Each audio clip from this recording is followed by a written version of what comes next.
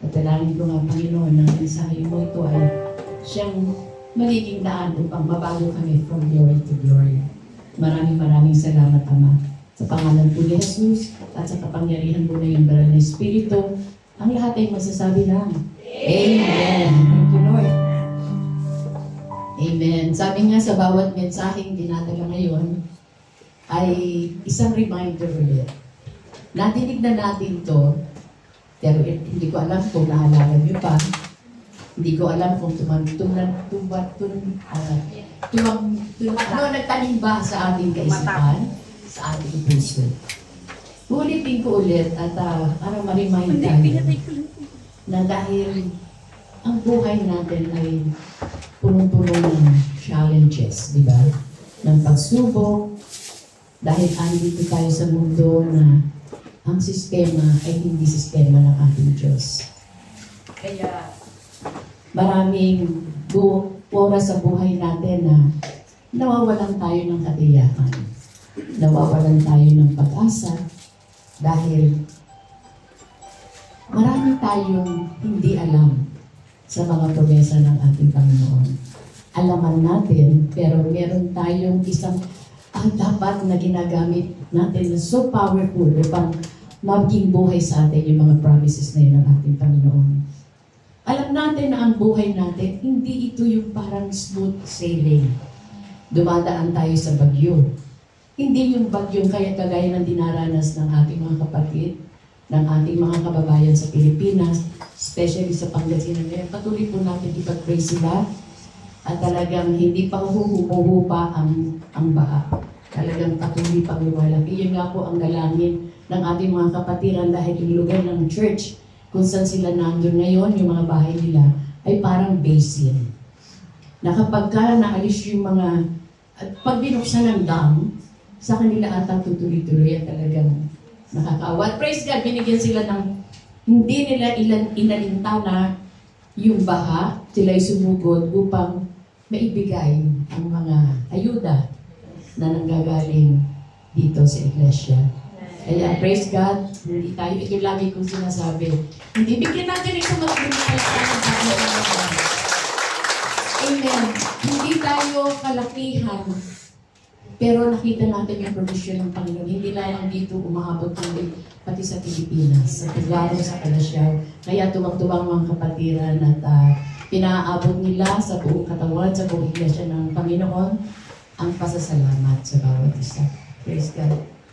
At kaya kagaya nga ng sinabi ko na ang buhay natin, hindi kagaya ng yung smooth sailing, nakakaranas tayo, nakakaharap tayo sa isang malakas na unos, di ba? Malakas na bagyo sa buhay natin. At dito, sa momento, sa mga sitwasyon dito, natetest yung faith natin. Di ba? Nasi-shake yung, minsan, ang saya-saya natin, very peaceful ang buhay natin. Pag dumating itong mga pagsubok sa buhay natin, nayayanig tayo. Ang kapayapaan na naranasan natin, nasi-shake din. At dito nati-challenge yung ating katatagan, ang ating pagtitiis, yung endurance natin, pag dumadating yan, hindi tayo naapektuhan, di ba? Sino ang hindi naapektuhan dito? At sino yung walang problema dito? Sino ang hindi nakakaharap ng mga challenges sa buhay? Meron po ba? Yeah, praise the Lord, very honest ang church talaga. Alam niyo po, tatanong ko lang, gaano ba kalimit o gaano kadalas na nahanap tayo sa isang bundok na malaki?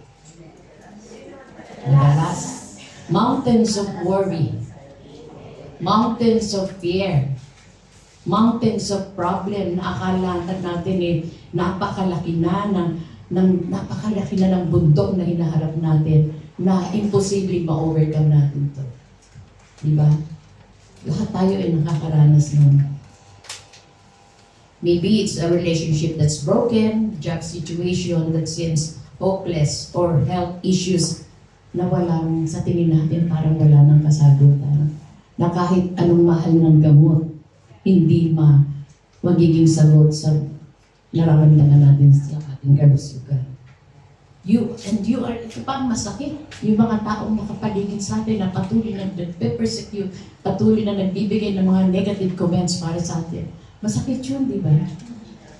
Actually, Actually, karamihan sa atin, even sa mga hindi extended, marami pa rin mga Kristiyano na ang nangyayari, na ang kanilang seguridad ay pera. Material possession. Pero tanong ko, bakit ang daming milyonaryo? Ang yaman nila, ang dami nilang pera. Marami silang ari-arian, marami silang kotse, pero bakit marami pa rin nagsisisay? Ang mga anak nila, nagiging lulong sa droga. Di ba? Mayayaman sila. So, ang pera, ang material na posisyon, ay hindi kasiguraduhan upang maging maganda ang buhay mo, maging stable ka. Ganon din yung pamilya o relasyon. Ito ang pinakamahalaga sa iba. Parang okay na, basta ang pamilya ko stable, kahit walang pera. Uy, maniniwala ba kayo doon kahit walang pera? No, kasi kailangan ng isang pamilya ang pera. Dahil pag nagugutom na yung mga anak mo, mga asawa mo, wala, magkakagulo na. Ito, bakit hindi ganyan? Di ba? Ano sila sa pamilya. Pero, paano kapag ka nagkalong-kulong na ang buhay ng isang pamilya? Kasi dito sa mundo, walang nasiguraduhan. Minsan nga, mag-boyfriend pa lang sila. Ganda-ganda ng samahan nila. Ang sweet-sweet, hindi sila nag-aaway. Lalo na nung magkaroon ng engagement. Ano ba tawag doon? Engagement. Meron pa isang tawag mas magandang pakinggan. Proposal. Di ba? Parang sa tingin mo, lahat ang nakapaligid sa iyo. Kahit may nakikita kang tao sa harap mo na hindi ka aya-aya sa iyo, parang ang ganda-ganda sa iyo. Diba? Yun ang parang pinaka-importante sa buhay na nag-propose na, wala nang mawala. Hanggang sa kinasal sila. Ang sweet-sweet. Talaga, hindi sila nag-aawa. Nagkaanak. Di lalong naging masaya. Hanggang sa namakadang buhay nila, masaya sila. Nagkataon na merong isang babaeng maganda. Nagpakita din sa lalaki. At saka talagang, yung babae, may gusto dun sa lalaki. Talagang, yung bang nabigay niya yung the best dun sa lalaki. Kaya, sumakay yung bahay ng babae, ay lalaki. Ngayon, kilala sila sa subdivision nila, ang ganda-ganda ng buhay nila, very happy family, ganyan. Alam niyo, minsan na kahit sa magandang subdivision, hindi nawawala yung mga marites Alam niyo, pagka yung mayayaman, akala niyo, hindi, kanya-kanyang buhay sila. No. Pag nagsama-sama sila, gano'n. Ang nangyari, huy, nabalitaan mo ba yun sa kabila? Di ba, ang saya-saya nilang pamilya? Nakita ko yung lalaki. Nalaman na ata ng asawa Yung lalaki ng babae. Okay, kamusta naman kaya yung asawa niya? Ayun, ng lalaki na rin. Ganun lang isa nangyayari kaya nagagawin. Paano yung mga anak? Ayun, nanong nasa drogas. Di ba? Yun. Andito tayo, wala tayong katiyakan dito habang nandito tayo sa mundo.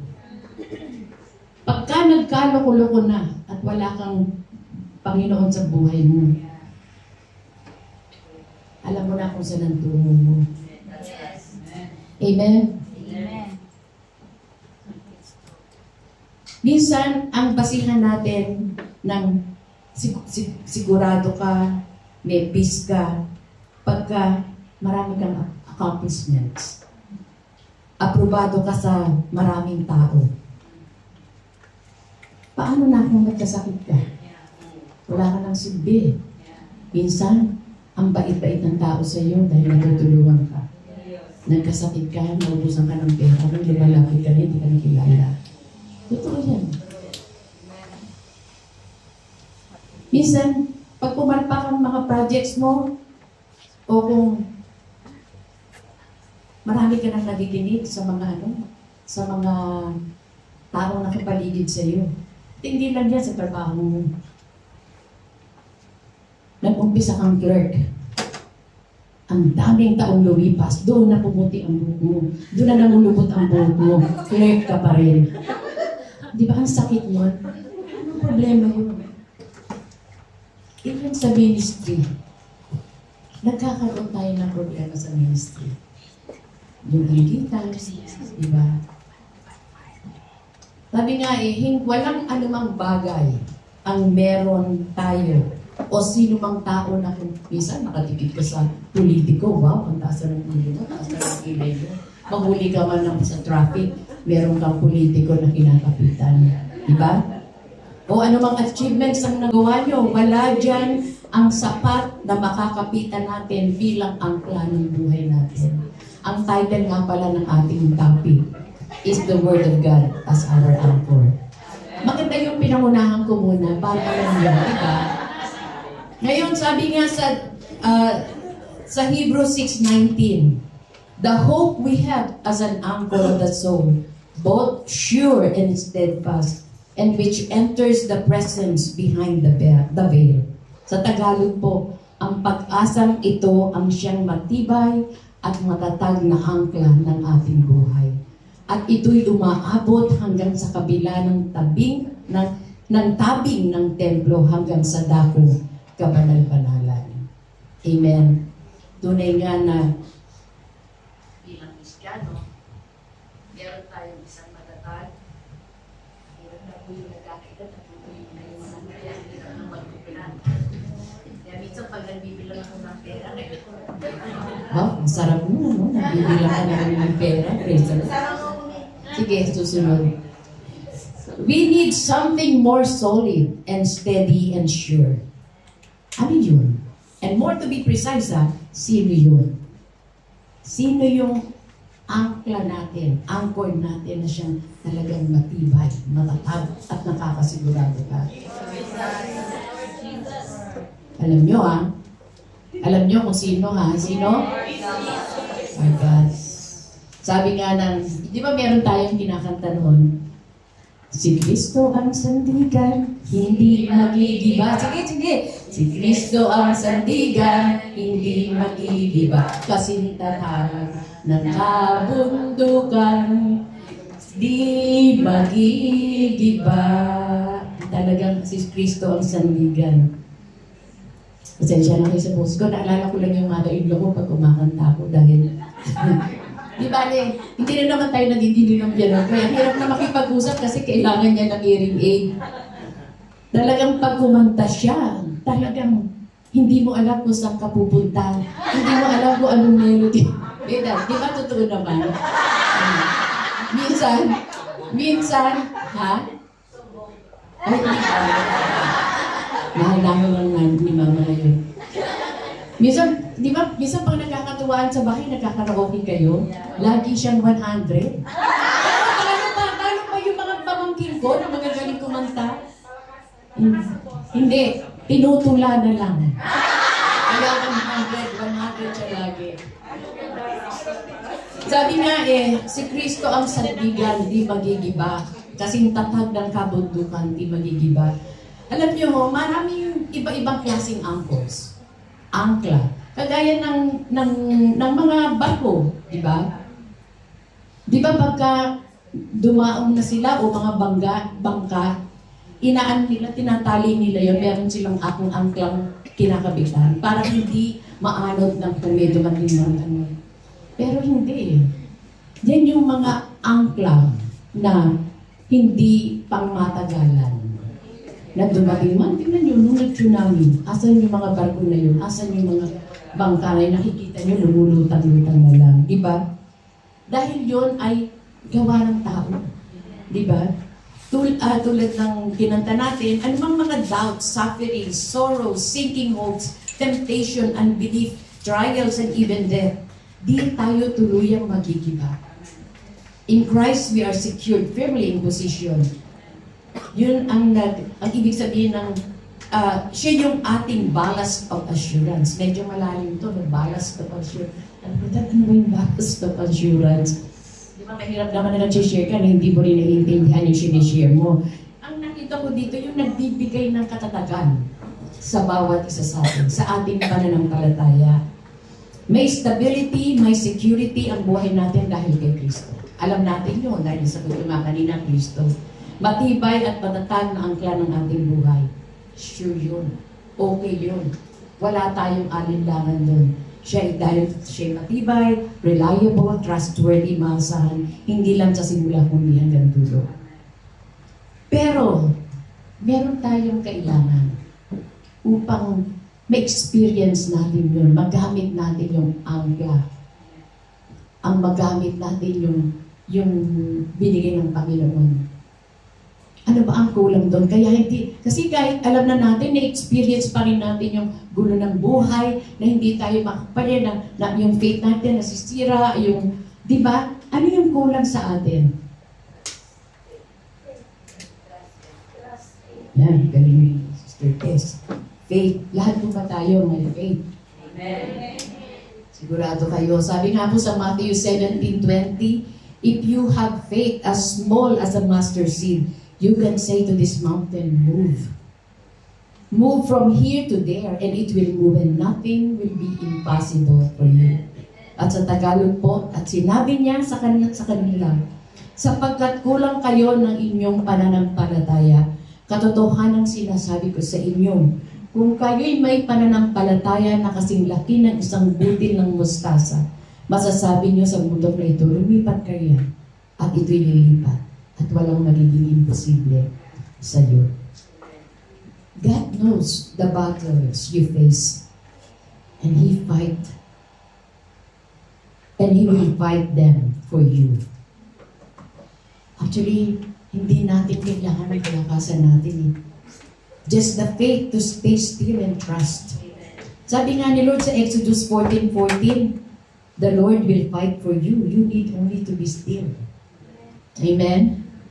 Nakukuha niyo ba yung message? Amen. Praise the Lord.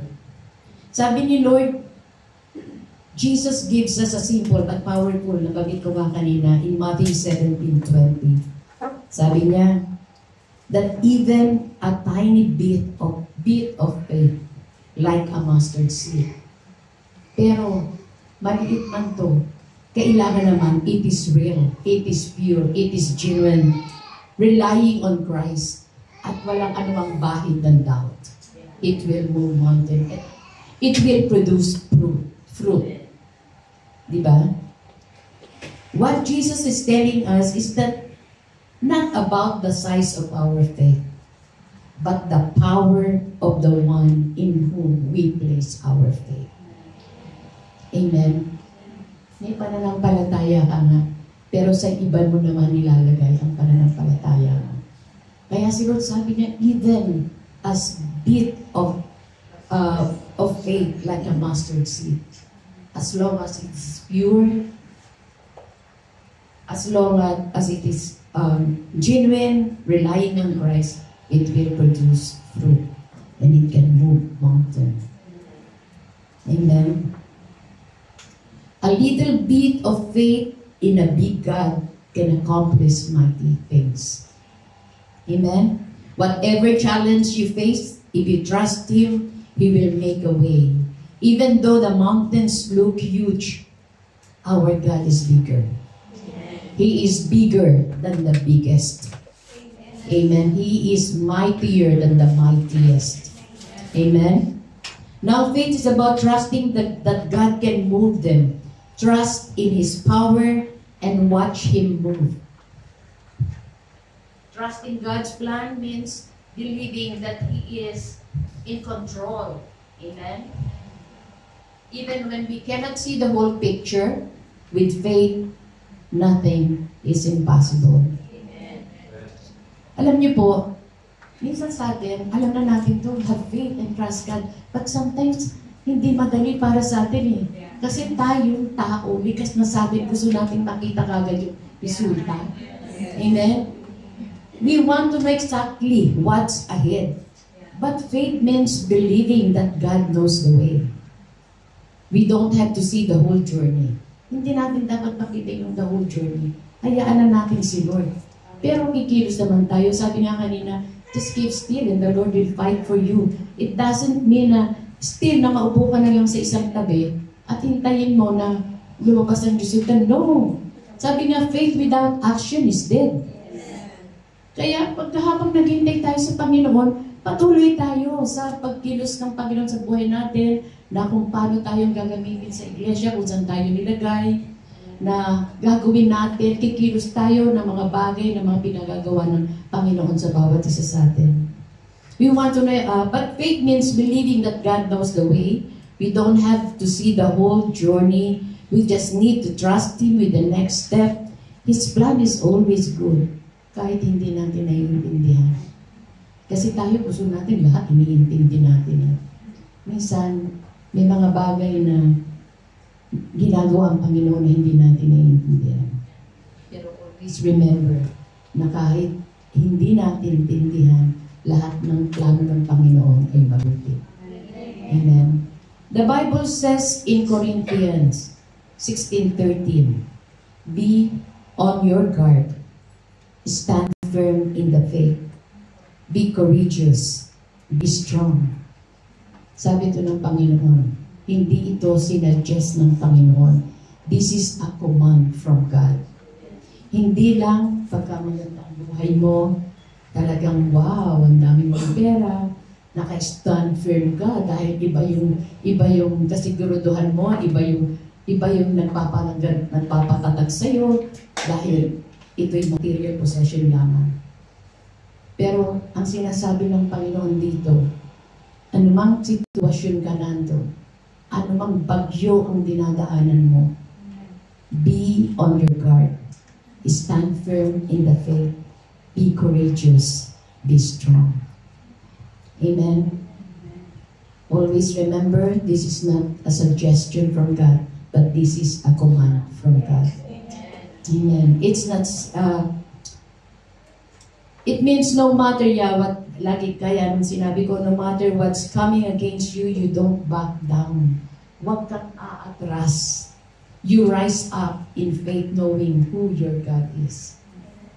There may be storms around you, sabi ko nga kanina, even ngayon, siguro may mga kapatiran tayo na dumadaan sa pagsubok, dumadaan sa bagyo na akala mo wala ng solusyon, akala mo hindi mo na malalampasan. Pero sabi nga be on your guard, stand firm in the faith, be courageous, be strong. At lagi natin isipin, this is something powerful na God is still in control. Hindi kanya pababayaan, hindi kanya iiwanan. You're not standing on shaky ground, but you are standing on the solid rock of faith. Amen. At pag nakita ka ng kalaban na ikaw ay nag-move,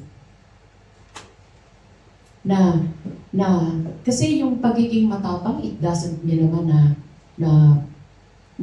wala kang dinadaanan ng anuman, talagang very peaceful ang buhay mo. Matapang ka dahil in spite of those problems na dinadaanan mo, nakakapag-press forward ka. Because alam mo kung sino ang Diyos mo. That's what true faith looks like. That's what inner strength is made of, and that's what God has already placed within you. Hayaan natin yung mga trials na dumadating sa buhay natin ay ma-refine tayo. Mahubog tayo na naaayon sa buhay ng Panginoon. Huwag nating hayaan na yung mga trials na dumadating sa buhay natin ay mag-break tayo, makapagpasira sa ating buhay. Let your setbacks, yung mga balakid, upang tayo magpatuloy, huwag nating hayain na maging daan yun para tayo ay malugmok, kundi magamit yun para tayo mag-grow ng pananampalataya sa ating Diyos. Don't allow fear to cancel your calling. Minsan sa takot natin. Minsan, yung pagtawag sa atin ng Panginoon, nagkakaroon ng problema. At huwag nating hayaan yung mga disappointments sa buhay natin ay gawin tayong bulagin tayo sa mga promises ng ating Panginoon. But let's always remember, ang daming promesa ng Panginoon. And He's so faithful to His promises. But let's not forget, na ang bawat promise ng Panginoon ay may condition. Kasi we always go, oh, the Lord will give the desires of my heart. Oh, the Lord will give everything that I need. Di ba? Pero, sabi ni Lord, mag-delight ka muna sa akin before I give you the desires of your heart. Siyempre, pag nag-delight ka kay Lord, ano man ang naging desire mo, maaayon na yun sa pamamaraan ng Panginoon. Amen. Pag inuna mo ang kaharian ng Panginoon, inuna mo ang kanyang katwiran, ano man ang pangangailangan mo na naaayon sa Diyos, ay ito'y pagkakaloob niya. Amen?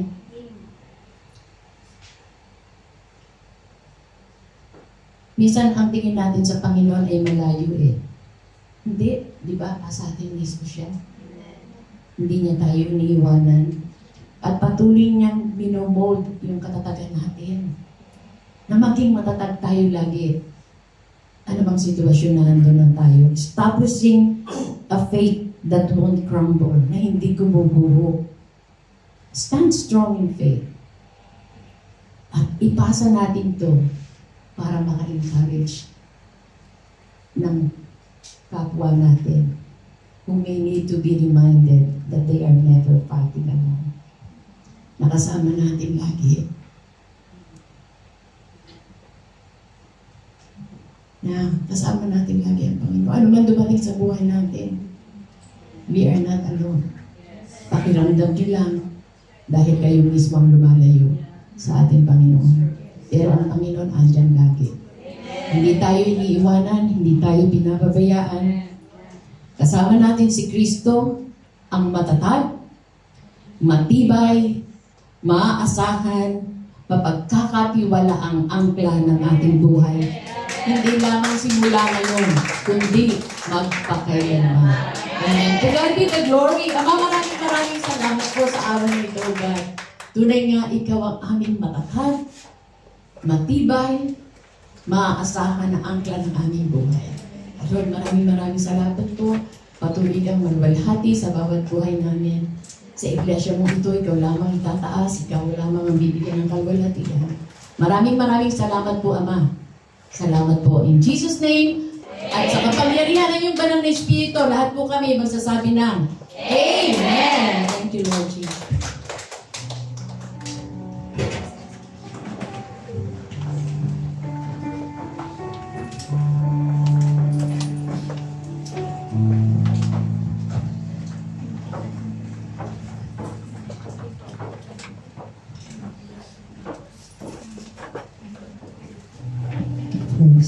Shall we stand, mga kapatid, para sa prayer?